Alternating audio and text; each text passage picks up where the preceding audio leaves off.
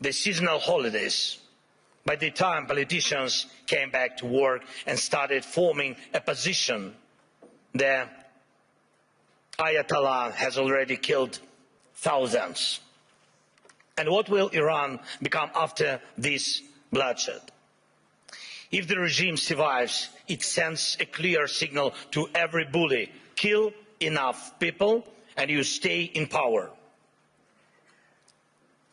Who in Europe needs that message to become a reality? And yet Europe hasn't even tried to build its own response. Let's look at the Western Hemisphere.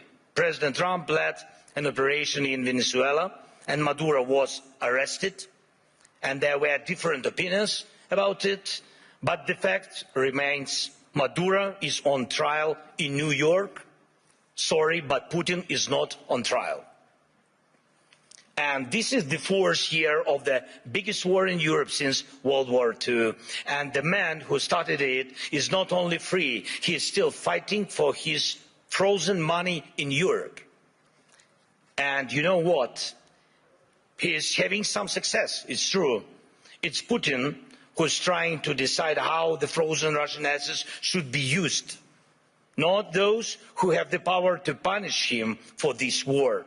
Thankfully, the EU decided to freeze Russian assets indefinitely, and I'm grateful for that. Thanks Ursula, thanks Antonio, and all the leaders who helped. But when the time came to use those assets to defend against Russian aggression, the decision was blocked. Putin managed to stop Europe, unfortunately. Next point. Because of the America's position, people are now avoiding the topic of the International Criminal Court. And that's understandable. It's American historical position. But at the same time, there is still no real progress on establishing a special tribunal for Russian aggression against Ukraine, against the Ukrainian people. And we have an agreement, it's true. Many meetings have taken place, but still Europe hasn't reached even the point of having a home for the tribunal with staff and actual work happening inside. What's missing? Time or political will. Too often in Europe, something else is always more urgent than justice. Right now, we are working actively with partners on security guarantees, and I'm grateful for that, but those are for after the war ends. Once the ceasefire begins, there will be contingents and joint patrols and partner flags on Ukrainian soil. And that is a very good step and the right signal that UK and France are ready to actually commit their forces on the ground, and there is already a first agreement on that. Thank you, Keir, thanks Emmanuel, and all the leaders in our coalition. And we are doing everything to make sure that our coalition of the willing truly becomes a coalition of action. And again, everyone is very positive, but, always but the backstop of President Trump is needed. And again, no security guarantees work without the US. But what about the ceasefire itself? Who can help make it happen? Europe loves to discuss the future, but avoids taking action today, action that defines what kind of future we will have. That is the problem. Why can't President Trump stop tankers from the Shadow Fleet and seize oil, but Europe doesn't? Russian oil is being transported right along European shores. That oil funds the war against Ukraine. That oil helps destabilize Europe. So Russian oil must be stopped and confiscated and sold for Europe's benefit. Why not? If Putin has no money, there is no war for Europe. If Europe has money, then it can protect its people. Right now, those tankers are making money for Putin, and that means Russia continues to push its sick agenda. Next point. I've said it before and I'll repeat it again. Europe needs united armed forces, forces that can truly defend Europe.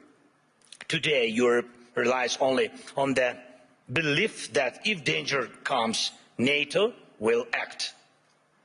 But no one has really seen the alliance in action. If Putin decides to take Lithuania or strike Poland, who will respond?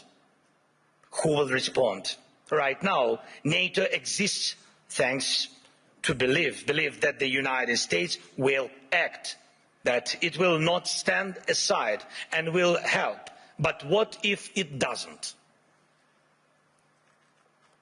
Believe me, this question is everywhere in the minds of every European leader, and some try to get closer to President Trump, it's true. Some wait hoping the problem will disappear. Some have started acting, investing in weapons production and etc., building partnerships, getting public support for higher defense spending. But let's remember, until America pressured Europe to spend more on defense, most countries were not even trying to reach 5% of GDP, the minimum needed to ensure security. Europe needs to know how to defend itself. And if you send 30 or 40 soldiers to Greenland, what is that for? What message does it send? What's the message to Putin, to China? And even more importantly, what message does it send to Denmark? The most important, your close ally. You either declare that European bases will protect the region from Russia and China and establish those bases, or you risk not being taken seriously because 30 or 40 soldiers will not protect anything. And we know what to do. If Russian warships are sailing freely around Greenland, Ukraine can help. We have the expertise and weapons to ensure not one of those ships remains. They can sink near Greenland just as they do near Crimea. No problem, we have the tools and we have people. For us, the sea is not the first line of defense, so we can take actions and we know how to fight there if we were asked and if Ukraine were in NATO. But we are not. We would solve this problem with the Russian ships. As for Iran, everyone is waiting to see what America will do. And the world offers nothing, Europe offers nothing, and doesn't not want to enter this issue as the supporter of the Iranian people and the democracy they need. But when you refuse to help the people fighting for freedom, the consequences return, and they are always negative. Belarus in 2020 is the example. No one helped their people, and now Russian Oreshnik missiles are deployed in Belarus within range of most European capitals. That would not have happened if the Belarusian people had won in 2020. And we have told our European partners multiple times, act now. Act now against those missiles in Belarus. Missiles are never just decoration. But Europe still remains in Greenland mode. Maybe someday someone will do something. The issue of Russian oil is the same. It's good that many sanctions exist. Russian oil is getting cheaper, but the flow has not stopped. And Russian companies that fund Putin's war machine are still working. And that will not change. That will not change without more sanctions. And we are grateful for all the pressure put on the aggressor. But let's be honest. Europe must do more so its sanctions block enemies as effectively as American sanctions.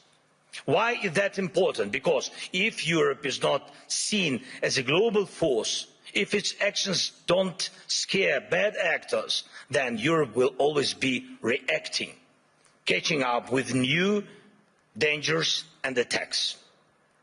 We all see that the forces trying to destroy Europe do not waste a single day.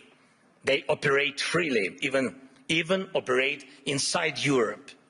Every victor who lives off European money while trying to sell out European interests deserves a smack upside the head. And if he feels comfortable in Moscow, it doesn't mean we should let European capitals become little Moscows. We must remember what separates Russia from all of us. The most fundamental line of conflict between Russia and Ukraine and all of Europe is this: Russia fights to devalue people, to make sure that when dictators want to destroy someone, they can. But they must lose power, not gain it. For example, Russia's missiles are produced only because there are ways to bypass sanctions. It's true. Everyone sees how Russia tries to freeze Ukrainians. Now, our people, Ukrainians to death at minus 20 degrees Celsius.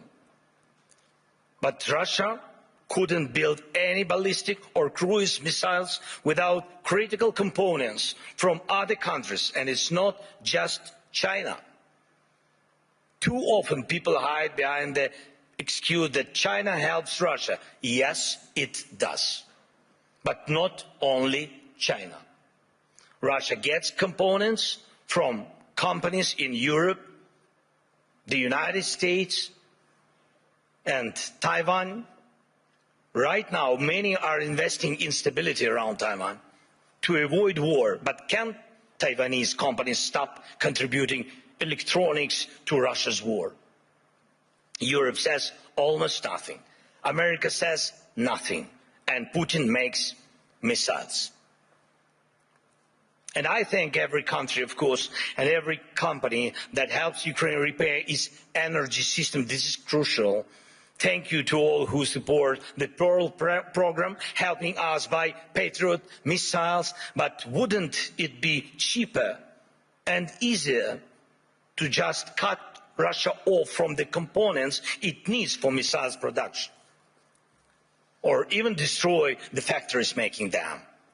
Last year, most of the time was spent talking about long-range weapons for Ukraine. And everybody said that the solution was within range. Now, no one is even talking about it. But Russian missiles and Shaheeds are still here. And we still have the coordinates of the factories where they are made. Today, they target Ukraine. Tomorrow, it could be any NATO country.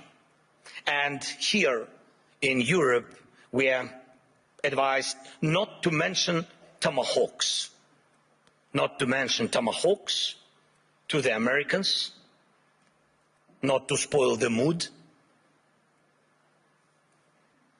And we are told not to bring up Taurus missiles. When the subject is Turkey, diplomats say don't offend Greece. When it's Greece, they say be careful with Turkey.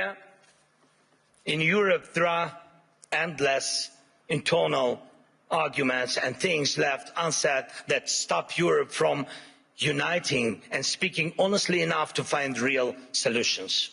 And too often, Europeans turn against each other, leaders, parties, movements, and communities, instead of standing together to stop Russia, which brings the same destruction to everyone.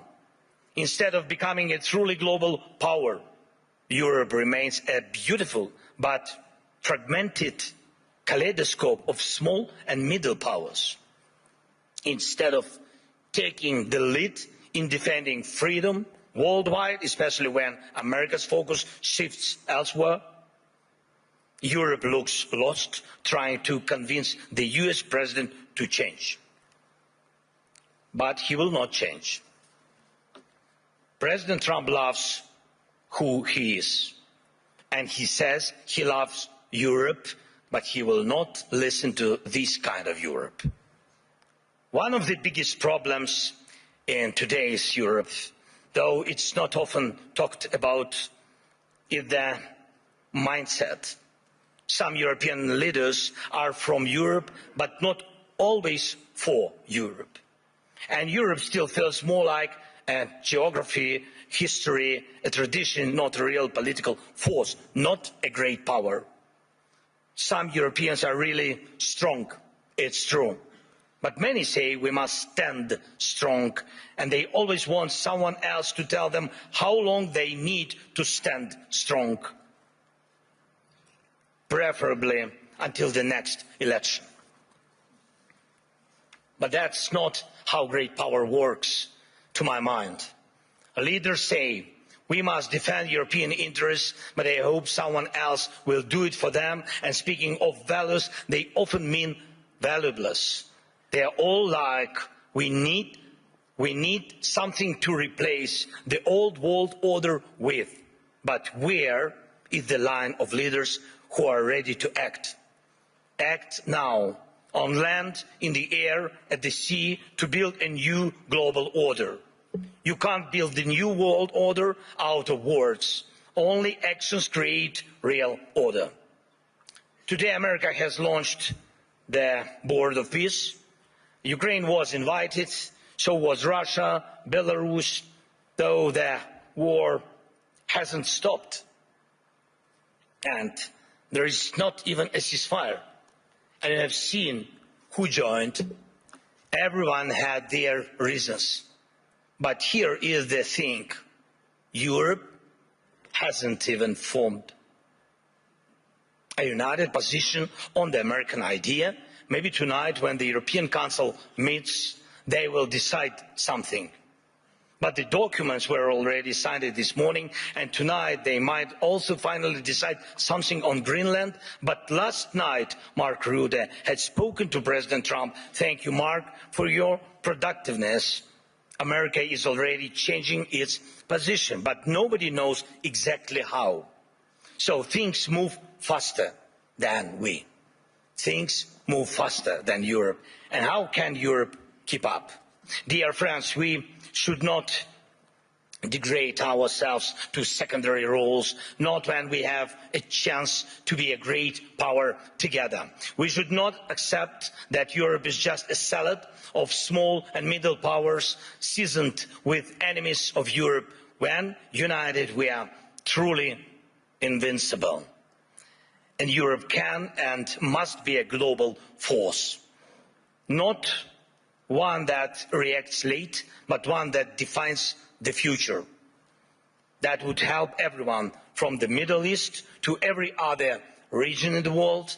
That would help Europe itself, because the challenges we face now are challenges to the European way of life, where people matter, where nations matter. Europe can help build a better world. Europe must build a better world, and a world without war, of course. But for that, Europe needs strength. For that, we must act together and act in time. And most of all, we must have the courage to act. And we are actively working to reach solutions, real solutions. Today, we met with President Trump, and our teams are working almost every day. It's not simple. The documents aimed at ending this war are nearly ready, and that really matters. Ukraine is working with full honesty and determination, and that brings results. And Russia must become ready to finish this war, to stop this aggression, Russian war against us. So the pressure must be strong enough, and the support for Ukraine must grow even stronger. Our previous meetings with President of the United States brought us air defense missiles, and thanks Europeans, they helped also. And today we also spoke about the protecting the skies, which means protecting lives, of course. And I hope America will continue to stand with us. And Europe must be strong. And Ukraine is ready to help with anything needed to guarantee peace and prevent destruction. We are ready to help others become stronger than they are now. We are ready to be part of a Europe that truly matters, a Europe of real power, great power. Today we need that power to protect our own independence, but you need Ukraine's independence too, because tomorrow you may have to defend your way of life. And when Ukraine is with you, no one will wipe their feet on you, and you will always have a way to act, and act in time. This is very important. Act in time. Dear friends, today is one of the last days of Davos, though definitely not the last Davos, of course. And everyone agrees on that. Many people believe that somehow things will work out on their own. But we cannot rely on somehow.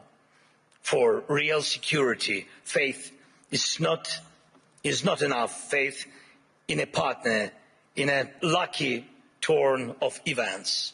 No intellectual discussions are capable of stopping wars. We need action. World order comes from action, and we just need the courage to act. Without action now, there is no tomorrow. Let's end this Groundhog Day. And yes, it's possible. Thank you. Slava Ukraini.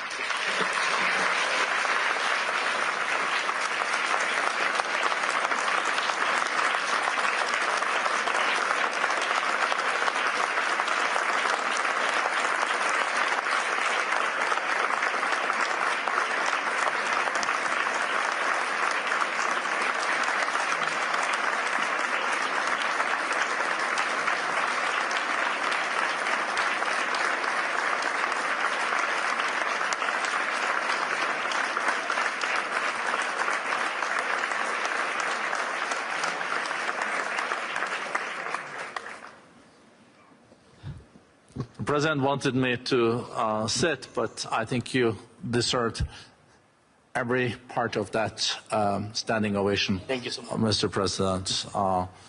It is very good to have you back. How did your meeting with President Trump go? Honestly. Of course, honestly. But of course in the interest of your country. Yes, it was in the interest of my country. Yeah, the meeting was, I think... would never question that. No. The meeting was good, thanks to President, and thank you that he found time for us. And it's really, you know, today I saw like my team, and they spoke with American team. And before my meeting with President Trump, my team spent a lot of time with Americans. And even I wanted to ask President Trump to give them American passports, because I think that they, yes, really spend a lot of time. But be honest, I think that the meeting is very important. We need in our boat, I hope this is the boat, this is ship to peace, and we need very much to have the United States. For the future, for security guarantees, we understand that Europe has to be more stronger, but Europe will need time. And today America is very strong, and I think that our teams worked well and come, you know, like I think this like last mile, which is very difficult, which during any dialogue with any president, I have to defend the interests of my country. That's why the dialogue is, maybe it's not simple, but today it was positive. Okay. That's enough. I think that's a good answer. Thank you. We know that Jared Kushner and also Special Representative Steve Witkoff is traveling this afternoon to Moscow.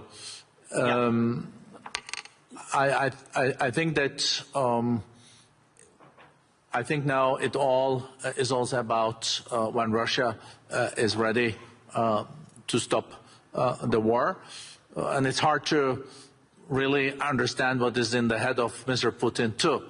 But what do you think are the current calculations in Moscow? First of all, yes, American team will go to Moscow today. Yes, they waited for our meeting with President Trump, and now they will go, and my team will meet American team, and I think that it will be the first trilateral meeting in Emirates. It will be tomorrow and the day after tomorrow. Yes, it will be 2 days meetings in Emirates. I hope that Emirates know about it. Yes, sometimes we have such surprises from American side. Yeah, but in any way they will go there, and I hope. And I think this is good. If on the technical level we'll begin this trilateral meeting, I hope that we will find some. I don't know. Russians have to be ready for compromises, because everybody have to be ready, not only Ukraine, and this is important for us. So we will see what result will be, but that Russians will meet, that our guys meet today with Americans, then Americans will meet with Russians tomorrow. Today is at night. I don't know when. I don't know. Maybe Putin is sleeping. You said that nobody knows what is in his head. Yes, but they might have to wait a little bit for the meeting. I don't know. But tomorrow and the day after tomorrow we will have trilateral. Our guys will have trilateral meetings. It's better than not to have any kind of dialogue. So we are under attack. People live without electricity, and we are in a difficult situation. But Russians also in a difficult situation. We are answering on their attacks, and God bless. The war will stop. I hope so.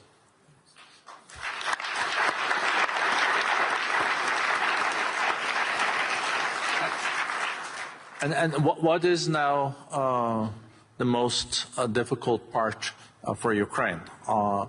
We know it's attack on your whole energy system and electricity, but then there are also the casualties on the borders. So the humanitarian situation is more challenging now than a year ago. Yes, with Russia attacks energy, and they are focusing on it. And this is not a secret. This is not a mistake. This is their goal, to make blackouts in Ukraine. And they attack mostly civilians. They don't use a lot of missiles, these expensive missiles. What about I spoke before? They don't use it on the front. They use it against civilians, infrastructure, critical infrastructure. It's about everything, and hospitals, kindergartens, schools. But mostly it's about all about that technical things which which are focusing on destroying electricity, heating systems, water supplies, everything. Yes, this is where we are. This is the face of Russia, and really this is the face of this war. We have defending systems. We really created, I think, great ideas with drones, interceptors. We'll use them. We really produce them about 1,000 per day. We really produce about around that. But it's not enough. It's still not enough. Russia has about 500 drones, Iranian drones, each day, and dozens of missiles, ballistic missiles. And even those systems what partners gave us, of course they could give us more, Yes, and I spoke with President Trump today about it again, and I hope it was the last words, my last words. You know, like in Ukraine said, everybody remember only the last words. So my last words been several times to President Trump. Don't forget about air defense. Don't forget about Patriots. And so this is very important for us during this winter.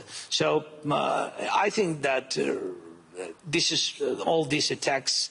I can't say that these attacks make us stronger, because it's about our people. The people, I mean, they are surviving. They are surviving in any case, but they are heroic people, civilians and soldiers, because they are not losers of this war, and this is important. They fight for their families, houses, and of course, for the freedom, and of course. Wow. Would you be willing to say something on about the situation on the borders? You mean contact line? Yeah, contact lines. It's Russia wants to have a border there, but it's contact lines. I'm glad you corrected me, Mr. President. No, it's okay. It's not the first time for me. It's not okay, but you know, coming back to the borderline. So, would you like to say something about that? Yes. Look, I mean this again, it's about technologies, and I wanted to show you, but I had some technical questions, but I wanted to show you how we work. We see online the war. We see the real enemies. We see our losses and Russian losses. Russian losses are the biggest what they had ever. So I'm just sharing with you, the real statistic is 35,000 killed per month. 35,000 soldiers. Last year, these months, it was about 14,000. So Russia is not thinking about it, but we think about it. We think how they lose and how many soldiers they lose. We know that they mobilize 43,000 per month, and they begin to lose 35. From these 43, you have to know that about 10–15% are run away, and there are some wounded, but you can understand that their army stopped increasing. This is important because of our drones technologies and our operators of drones. But in any way, we want to stop tomorrow this war, of course. But you have to know that if the war will continue, Russia will start to lose the number of their army, or Putin will decide to mobilize this country, his country, I mean. Maybe last question, because I know you also need to go back to Kiev. It was not interesting with me, yes. Your people is behind you and showing my the watch all the time. I would love to continue for another 15 minutes, Mr. President. So, but not more. 15 is okay? No. No. Okay. So the last question. So my last question, Mr. President. How can the people here at the World Economic Forum and in Davos support the most? I think you heard the applause. I think everyone wants to also show solidarity with you and the country. To defend our land, this is a very expensive task. So if during Economic Forum we can find as more businesses as possible which can open offices in Ukraine, it means that you really trust and you believe that peace will come, and that you really, yes, a little bit risk now, a little bit. We decided at the beginning, be honest today, a little bit, but we need your offices and companies. It means that you believe and you trust in Ukraine, in our independent life after the war. This is the biggest chance what you can do, to invest now, to give jobs for our people. And I think this is the most important. This is real support, not words, real support. jobs, money, investment come oftener to Ukraine. Thank you. Thank you.